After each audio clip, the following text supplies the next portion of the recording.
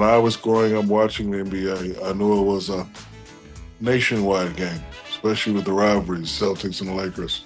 When I started playing, the late David Stern started to make it more of a global game. Now, with the access that we have, guys can watch the game in real time.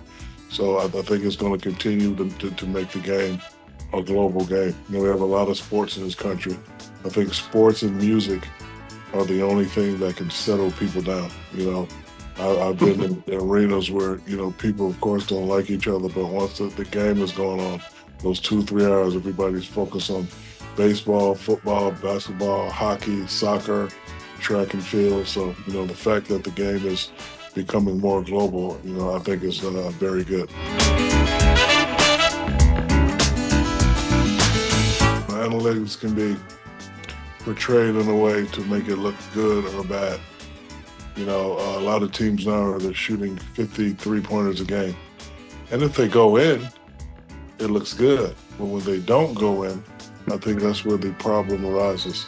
Another thing that analytics can't tell you about is adrenaline. Like, for example, the analytics will say, don't let Shaq go to the middle. But if it's a championship game and you don't let me go to the middle, I'm going to go to the baseline. So you can block the middle all you want.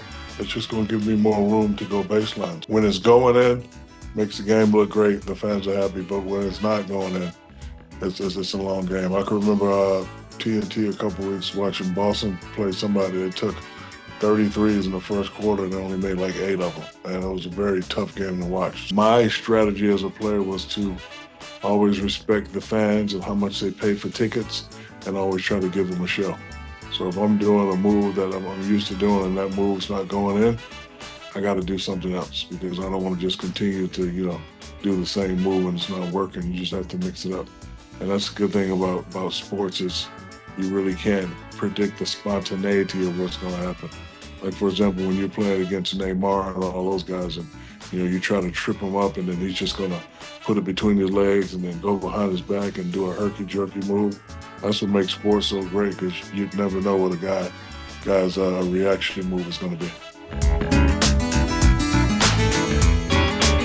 If the product is outstanding, this thing of ours will always continue to make money. But the way it's going down right now with the ratings down and this and that, I'm kind of nervous. But, we have a lot of young, exciting players. Only thing that scares me is all our top players will be leaving at the same time. Durant's older.